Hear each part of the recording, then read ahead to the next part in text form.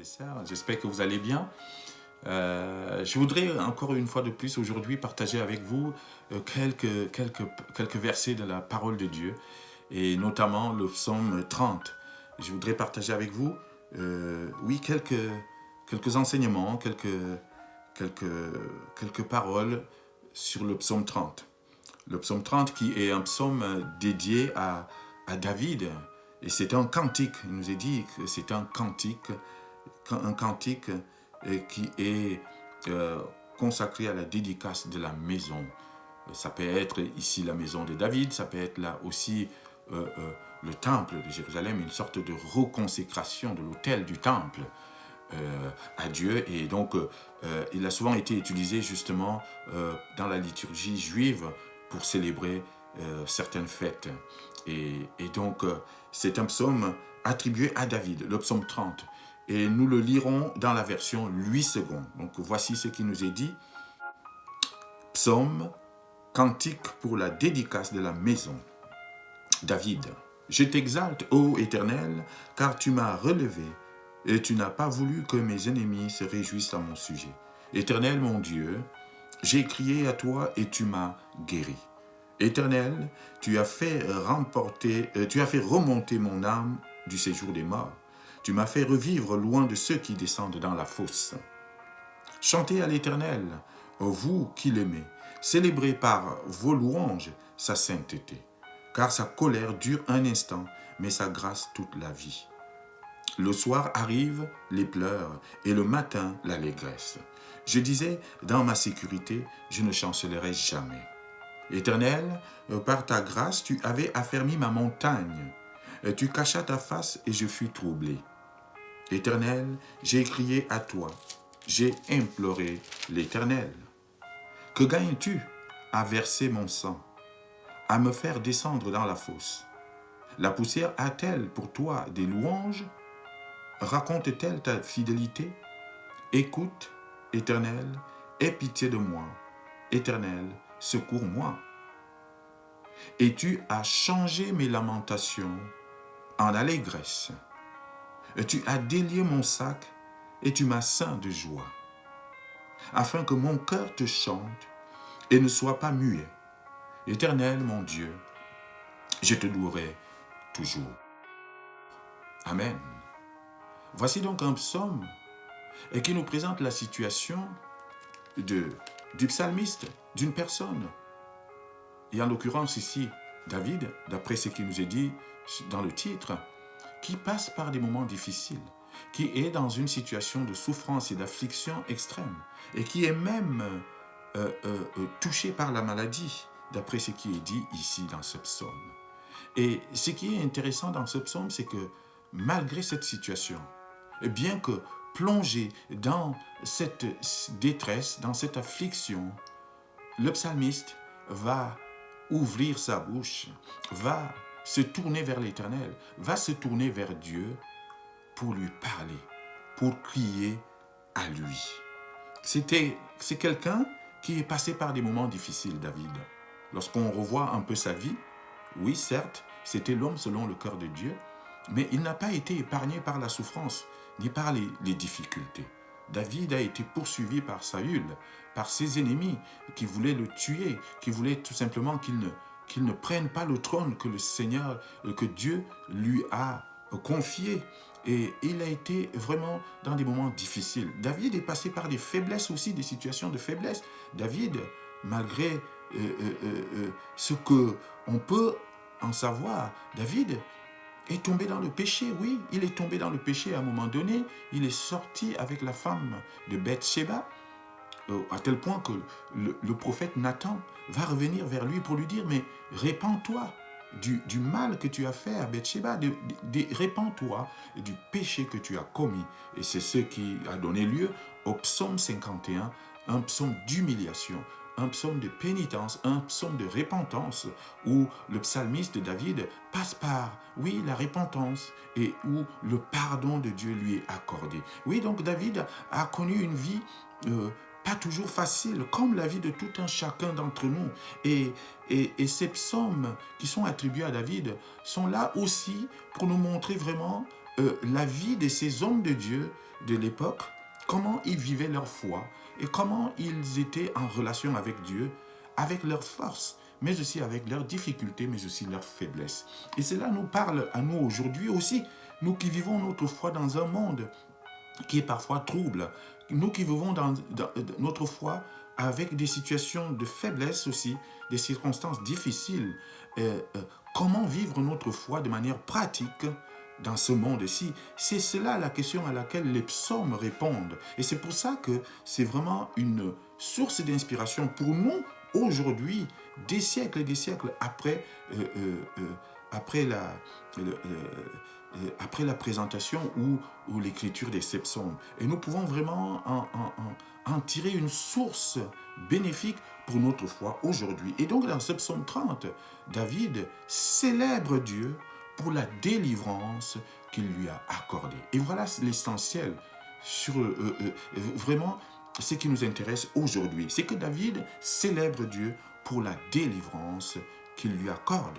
Nous avons d'abord ici la première caractéristique de Dieu, c'est que c'est un Dieu de délivrance. Et les psaumes de louange, et en l'occurrence le psaume 30, il fait partie de la catégorie des psaumes de louange, ont pour but vraiment de célébrer Dieu pour ses attributs, pour ce qu'il est et pour les bienfaits qu'il accorde à son peuple. Et David ici ne déroge pas à la règle. Il va célébrer, louer Dieu pour la délivrance qu'il lui a accordée. David est passé par une situation difficile. Et il commence par dire « Je t'exalte, ô Éternel » au verset 2, « car tu m'as relevé, tu n'as pas voulu que mes ennemis se réjouissent à mon sujet. » Oui, David a été délivré des situations difficiles.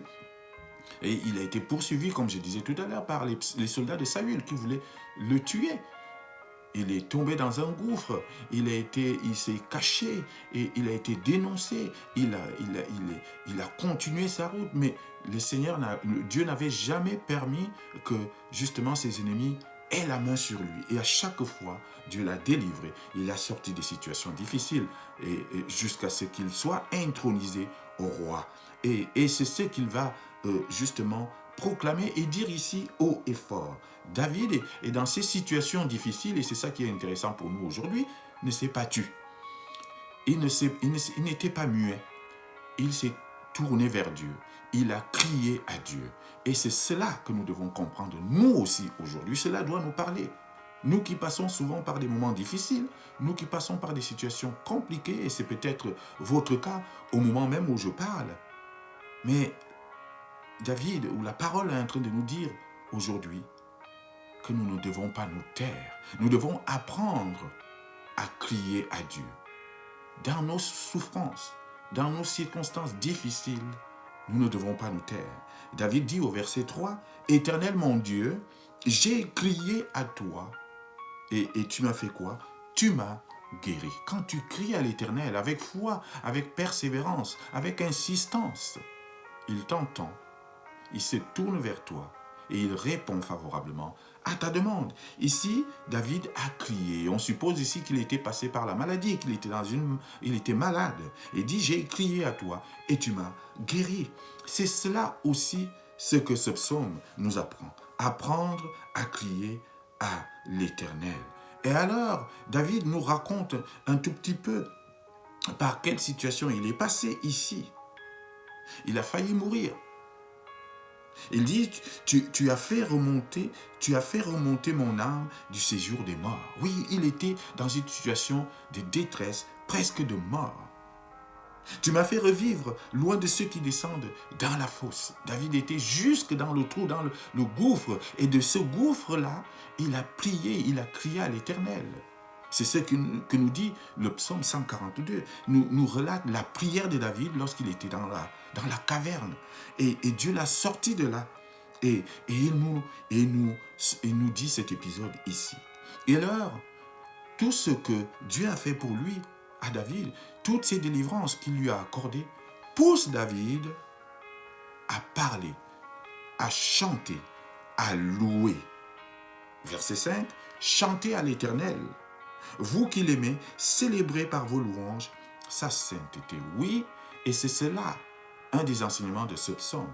C'est que non seulement nous devons crier à Dieu, Et lorsque Dieu nous délivre, lorsqu'il vient nous sortir de nos détresses et de nos situations, nous ne devons pas nous taire. Nous devons apprendre à chanter et à le célébrer. C'est ce qu'il dit, chantez à l'Éternel, célébrez par vos louanges sa sainteté. C'est un Dieu qui peut se mettre en colère. David ici est lucide par rapport à cette vision qu'il a de Dieu, par rapport à cette description qu'il fait de Dieu. Il est lucide. Dieu peut se mettre en colère. Bien sûr, Dieu peut se fâcher. Mais il nous dit ici au verset 6 que la colère de Dieu dure un instant. Mais par contre, sa grâce dure toute la vie. C'est un Dieu de grâce. Encore un autre attribut de Dieu que David nous fait découvrir, nous fait connaître ici, comme si on le découvrait, mais on ne le découvre pas véritablement. Nous savons que Dieu est un Dieu de grâce. Mais David le souligne ici et le proclame et le répète encore. Il peut se mettre en colère, certes, bien sûr, face à des situations qui ne l'honorent pas. Il peut se mettre en colère lorsque nous sommes rebelles. Il peut se mettre en colère lorsque nous décidons de rester plongés dans le péché. Et il peut exprimer sa colère de différentes manières. Et il a montré par le passé à son peuple d'Israël, qui était un peuple au cou raide, un peuple rebelle. Et Dieu, à chaque fois, il a manifesté sa colère de différentes manières. Il peut se mettre en colère, bien sûr. Il ne faut jamais l'oublier. Restons lucides par rapport à cela. Dieu peut se mettre en colère, mais sa colère ne dure qu'un temps. La colère de Dieu ne dure pas toute la vie. La colère de Dieu n'est qu'une petite colère passagère qui peut passer. Mais ce qui caractérise le plus Dieu, c'est sa grâce, c'est sa délivrance. Ce que Dieu veut par-dessus tout pour l'homme, c'est de le délivrer. C'est le salut de l'homme. Et c'est cette caractéristique aussi que David veut souligner ici. Et lui-même en a fait l'expérience. Dieu l'a délivré. Dieu l'a sorti des situations difficiles. Dieu lui a accordé sa grâce. Nous sommes dans l'Ancien Testament, mais nous voyons déjà les signaux ou les prémices de la grâce de Dieu. Cette grâce qui va finir de se manifester pleinement à travers son Fils Jésus-Christ qui va arriver des siècles et des siècles après. Alors, David, qui a connu des circonstances difficiles dans sa vie, a aussi expérimenté la bonté de Dieu, la grâce de Dieu, la délivrance de Dieu. Et c'est ce qu'il dit, d'ailleurs, dans la suite du verset 6, il dit « Le soir arrivent les pleurs ». Parfois, David était dans des situations où il pleurait. Et puis le matin, arrive l'allégresse. Et c'est ça que David a connu dans sa vie. Et dans sa relation avec Dieu, David a connu toutes ces situations. David a connu les pleurs, mais David a connu aussi la grâce de Dieu. David a connu la délivrance de Dieu. David a connu l'allégresse.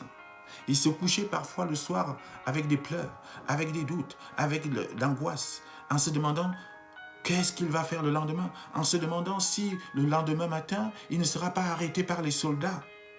Et le matin, Dieu le délivrait. Le matin, Dieu le sortait des situations difficiles et il connaissait l'allégresse. Et c'est ça qu'il partage avec nous aujourd'hui.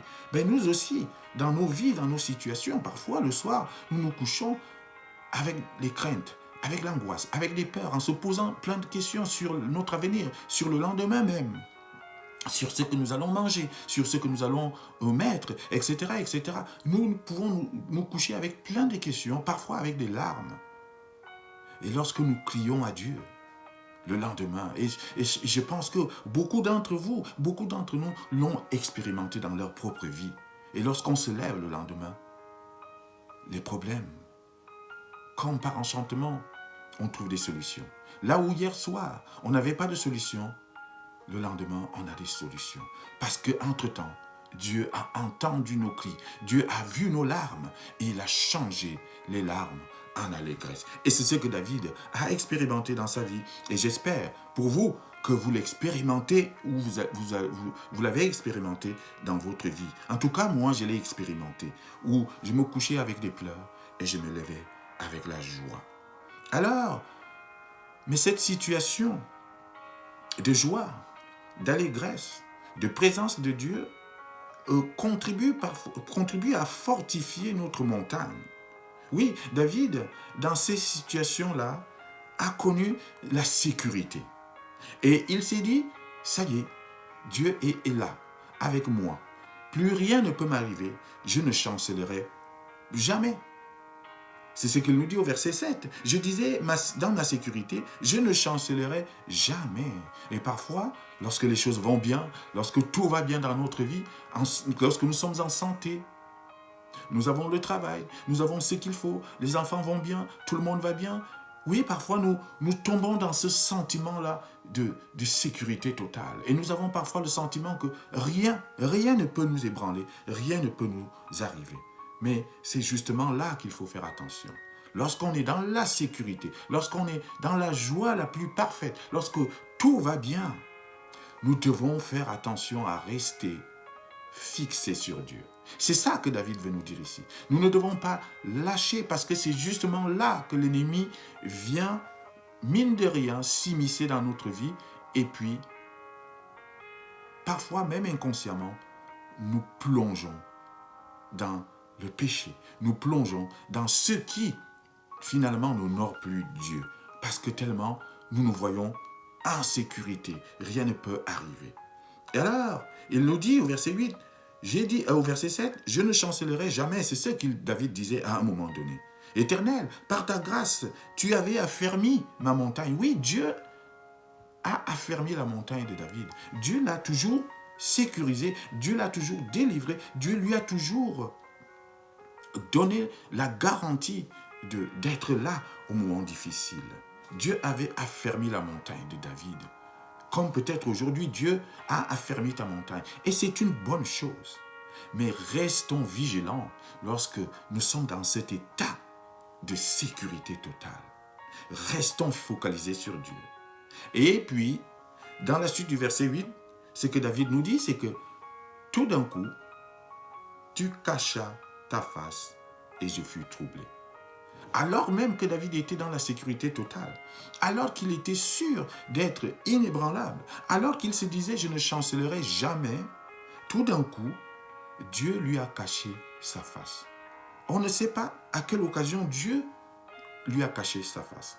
Il ne nous est pas dit ici pourquoi, à un moment donné, Dieu a caché sa face à David ou au psalmiste dont il est question ici. Peut-être qu'à l'occasion d'un péché. Peut-être à l'occasion, oui, d'une situation difficile, oui. Et on peut imaginer ici que peut-être à l'occasion, je vous ai parlé du psaume 51 qui nous relate que David est tombé dans le péché en allant sortir avec la femme d'un ami, Bathsheba.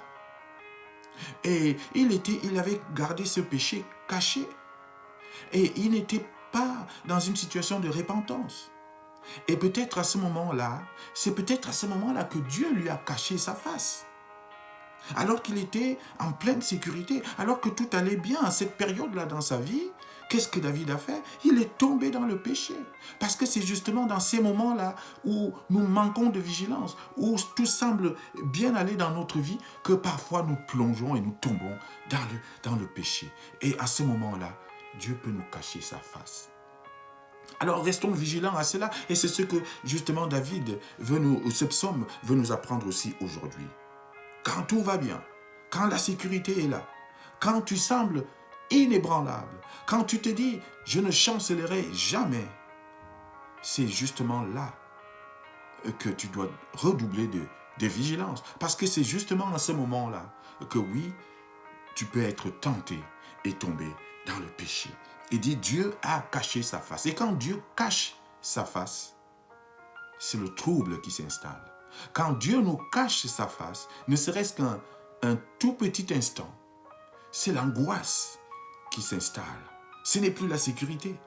C'est l'angoisse. Tout d'un coup, là où tout allait bien, on a l'impression que tout s'ébranle, tout tombe. Parce que quelque part, Dieu nous a caché sa face. Alors, cherchons d'abord souvent les raisons pour lesquelles Dieu peut nous cacher sa face. J'ai dit tout à l'heure, c'est le péché parfois. D'abord le péché qui constitue justement le fait que Dieu puisse nous cacher sa face. Le péché peut nous séparer de Dieu. La parole nous dit, tous ont péché et se sont privés de la gloire de Dieu. Et parfois, dans des situations où, oui, tout semble aller bien, c'est justement des situations où, dans lesquelles, oui, nous pouvons tomber. Et c'est ce qui a peut-être pu arriver à David ici.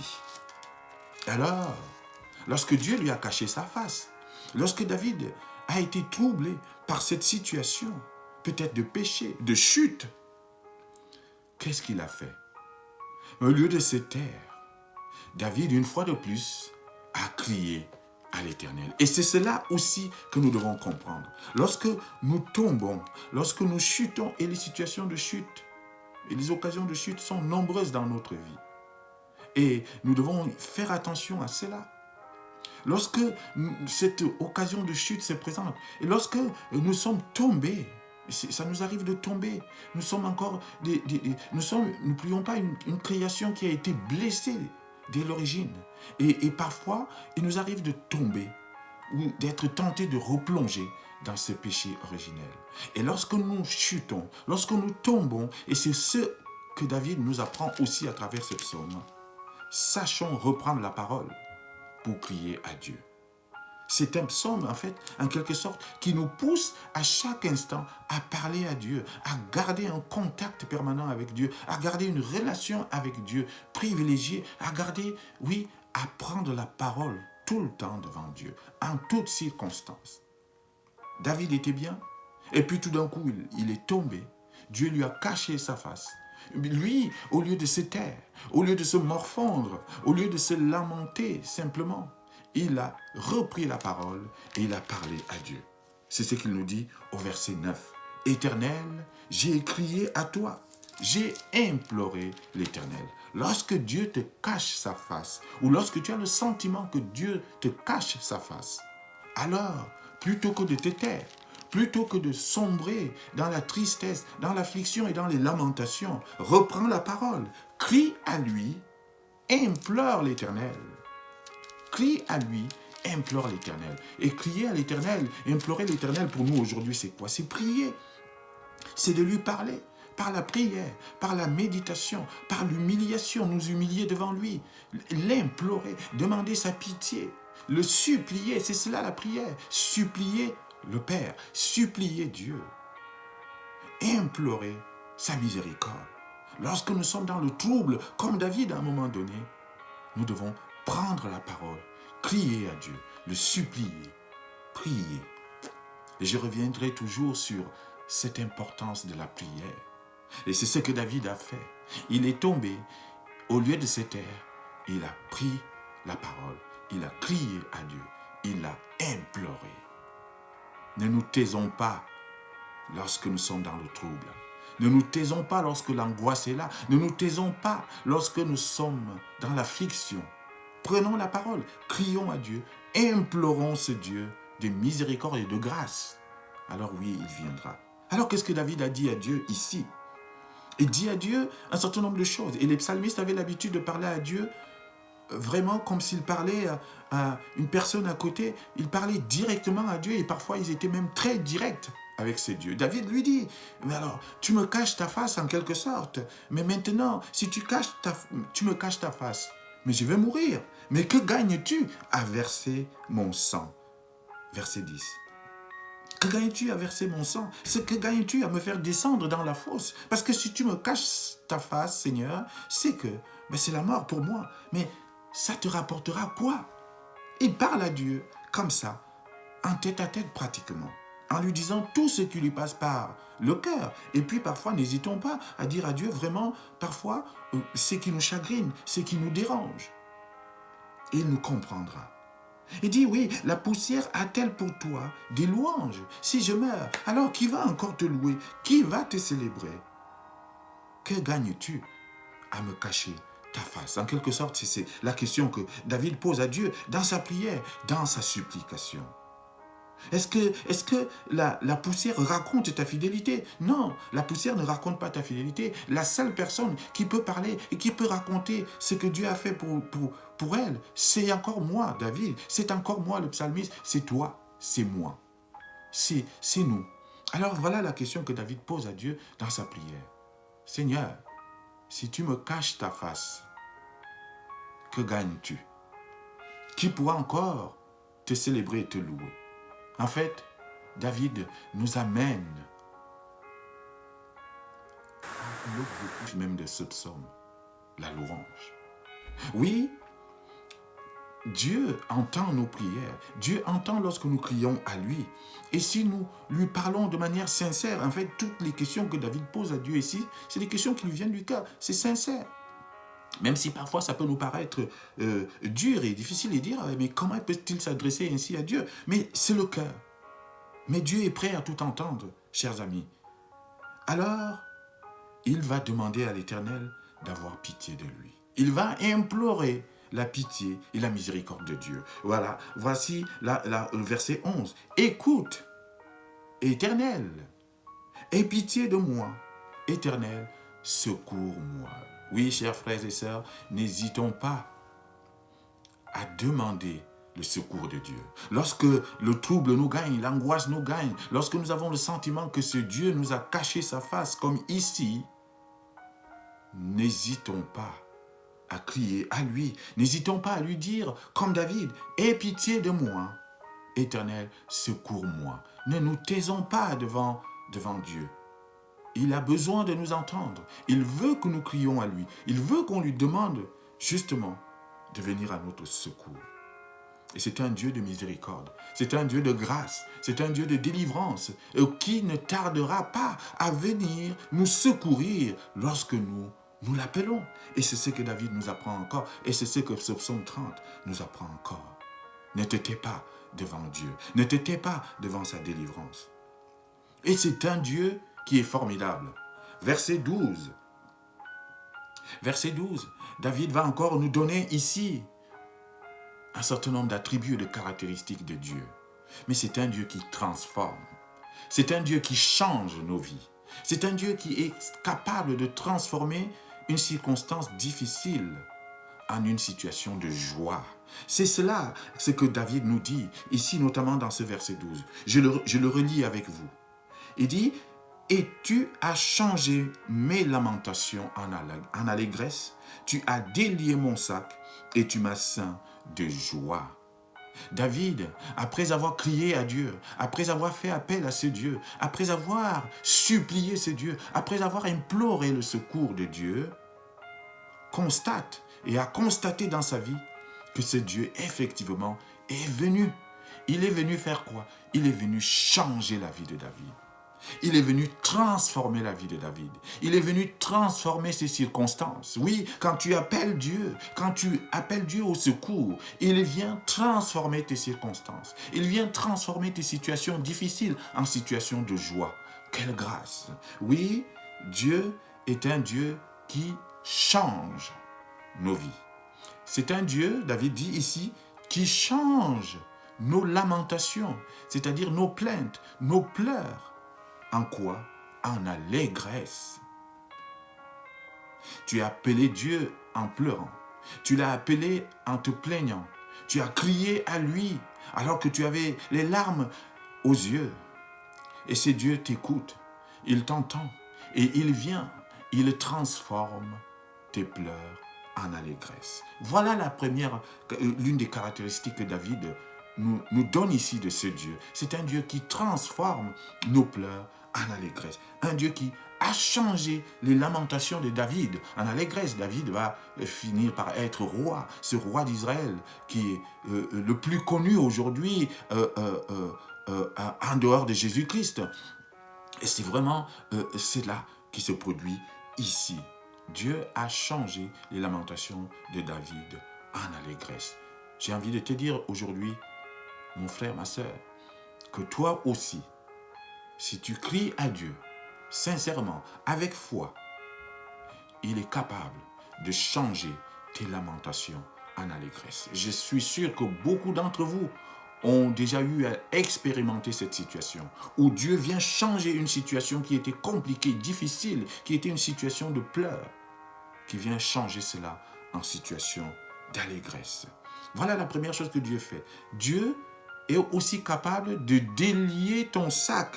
Et c'est ce que David nous dit dans la suite du verset 12. Tu as délié mon sac, tu as délié mon sac. C'est une image ici. Et les psalmistes s'exprimaient beaucoup par des images, par des métaphores. Et c'est à nous de décrypter cela. Tu as délié mon sac. Quel sac? Oui, le sac ici, il faut comprendre au sens de sac de problèmes, de sac de situations difficiles, de toutes ces lourdeurs, de toutes ces charges qui pesaient sur les épaules de David. Oui, c'était comme un sac que David traînait, en fait, comme un boulet. Il traînait un sac de problèmes, de difficultés, de maladies, de souffrances. Il était poursuivi tout le temps. Il était là, lié, en fait, par ce sac de problèmes. Et une fois qu'il a crié à Dieu, une fois qu'il s'est adressé à lui, Dieu est venu délier le sac de David, son sac de problèmes. C'est-à-dire qu'il l'a libéré du poids de ses souffrances, en quelque sorte, ici. C'est cela l'image. Tu as délié mon sac. En fait, tu as brisé les chaînes que je traînais comme des boulets. Tu m'as libéré. C'est l'image de la délivrance. Oui, quand tu cries à Dieu, il peut venir aussi, toi, aujourd'hui, délier ton sac. Ce sac peut-être de souffrance, ce sac de tristesse, ce sac de problèmes, ce sac de souffrance que tu as le sentiment de traîner à longueur de vie, à longueur de journée. Oui, Dieu est capable de venir te l'enlever, te délier de ce sac, l'enlever pour te soulager. Oui, David a connu cela. Tu as délié mon sac. Et qu'est-ce que Dieu met à la place? Lorsqu'il te délie, lorsqu'il délie ton sac, lorsqu'il enlève ton sac de problèmes, de souffrances et de difficultés, il fait quoi? Il te ceint de joie. Et David dit, tu m'as ceint de joie. Tu as délié mon sac de problèmes et tu m'as ceint de joie. C'est-à-dire, tu as mis une ceinture de joie autour de mes reins. Voilà ce qu'il est capable de faire, Dieu. Oui, les images sont fortes ici. Délier le sac de problèmes pour nous ceindre de joie. Pour que finalement, désormais, la joie soit notre partage. Pour que désormais, au lieu de traîner un sac lourd de problèmes, nous allons marcher, que nous marchions désormais avec une ceinture de joie. Et l'image est forte, chers frères et sœurs. Voilà ce que Dieu est capable de faire pour toi. Il l'a fait pour David. Il est capable de faire pour toi, pour moi, pour quiconque aujourd'hui lui fait confiance. Quiconque aujourd'hui crie à lui. Quiconque aujourd'hui prie à ce Dieu. Sincèrement, Dieu est capable de venir transformer sa vie. Alors, si Dieu délie nos sacs de problèmes pour nous donner une ceinture de joie, il ne faut surtout pas penser qu'à partir de cet instant-là, c'est la fin des difficultés. Ce serait vous mentir que de vous dire cela. Il ne faut surtout pas comprendre qu'à partir du moment où nous avons une ceinture de joie, il n'y aura plus de souffrance, il n'y aura plus d'obstacles, il n'y aura plus de problèmes dans notre vie. Notre vie est une vie qui est empreinte de souffrance. C'est comme cela. C'est depuis le jardin d'Éden, c'est depuis la chute d'Adam. La souffrance fait partie de notre vie. Mais la ceinture de joie ici veut tout simplement dire que c'est désormais en Dieu et en Dieu seul que nous trouverons notre joie. Ça veut dire quoi? Ça veut dire que nous ne devons plus rester focalisés sur les circonstances, aussi tristes soient-elles. Nous devons garder nos regards fixés sur Dieu, celui qui est source de toute joie.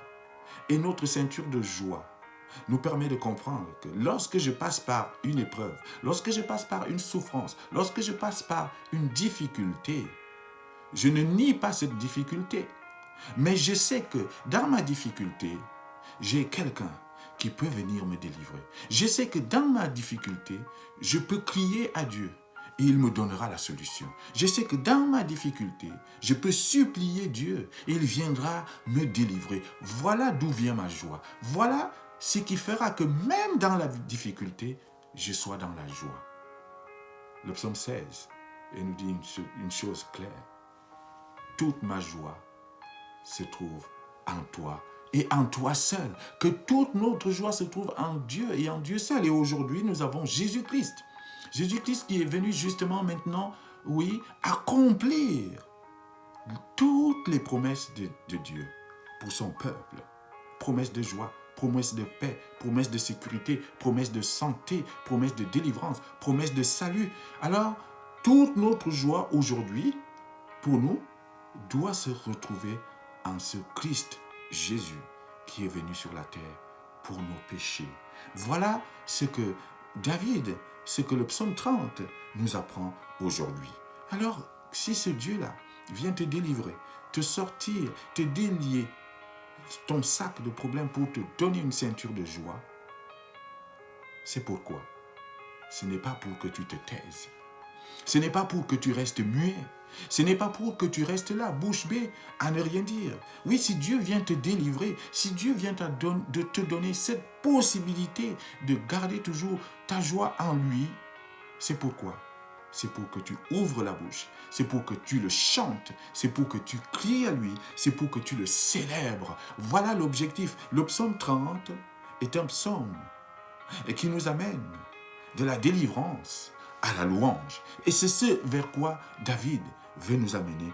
C'est ce vers quoi ce psaume voulait nous amener. Voici le verset 13, qui est le verset qui conclut le psaume 30. Il nous dit ceci. Je reprends à partir du verset 12 même. Et tu as changé mes lamentations en allégresse. Tu as délié mon sac et tu m'as ceint de joie. Pourquoi? Afin que mon cœur te chante et ne soit pas muet. Oui, Éternel mon Dieu, je te louerai toujours. Voilà la conclusion du psaume 30. La louange, de la délivrance à la louange. Si Dieu te délivre, si Dieu te donne une ceinture de joie, si Dieu t'enlève ton sac de problèmes, si Dieu, oui, vient transformer tes lamentations en allégresse, c'est pour que tu ne te taises point, c'est pour que tu ne te taises jamais, c'est pour que tu le loues, que tu le chantes, que tu le célèbres, toujours et toujours. David dit, je te louerai toujours. Quelle belle promesse! Quelle belle promesse! Quel engagement! Que ce soit le partage de chacun d'entre nous. J'aimerais pouvoir dire comme David, et j'espère que c'est le cas pour toi, mon frère, ma sœur. Seigneur, je te louerai toujours. Tu m'as délivré. Tu m'as donné une ceinture de joie à la place d'un sac de problèmes. Tu as transformé mes pleurs en allégresse pour que je te loue, pour que je te chante plus que jamais. Alors oui, Seigneur, à partir d'aujourd'hui, c'est que cela soit un engagement individuel pour chacun d'entre nous. À partir de maintenant, si ce n'était pas encore le cas, je te louerai toujours. Je te louerai toujours. C'est un bel engagement. Mais ne pensez pas que ça signifie la fin des problèmes. Je l'ai dit tout à l'heure. Ça veut dire que quelles que soient les circonstances par lesquelles je vais passer, les pires circonstances, les plus difficiles comme les plus joyeuses, je louerai l'Éternel. Je le célébrerai parce que je sais que même dans des circonstances difficiles, il mettra sa joie dans mon cœur. Je sais que même dans les circonstances compliquées, je pourrai compter sur lui. Et c'est cela qui fera ma joie. Oui, que toute notre joie soit focalisée sur Jésus-Christ. Et que cela soit pour nous une source, non pas de silence, mais de louange, de célébration. Oui, à tout jamais. Oui, quand Dieu te délivre, c'est pour que tu le loues, que tu le célèbres. Ça ne veut pas dire que Dieu ne délivre que ceux qui le louent et qui le célèbrent. Dieu délivre même les méchants. Dieu vient au secours même des pires méchants. Ça, c'est un Dieu de bonté, de grâce. Mais imaginez, si ce Dieu-là est capable de secourir les méchants, ceux qui ne le connaissent pas, combien, à plus forte raison, sera-t-il prompt à venir vous secourir, vous délivrer, vous qui placez toute votre confiance en lui. Alors, que chacun de nous prenne cet engagement de louer, de célébrer, de chanter notre Dieu pour ce qu'il est. Un Dieu de délivrance, un Dieu de salut, un Dieu qui transforme nos vies. Que le Seigneur vous bénisse. À bientôt.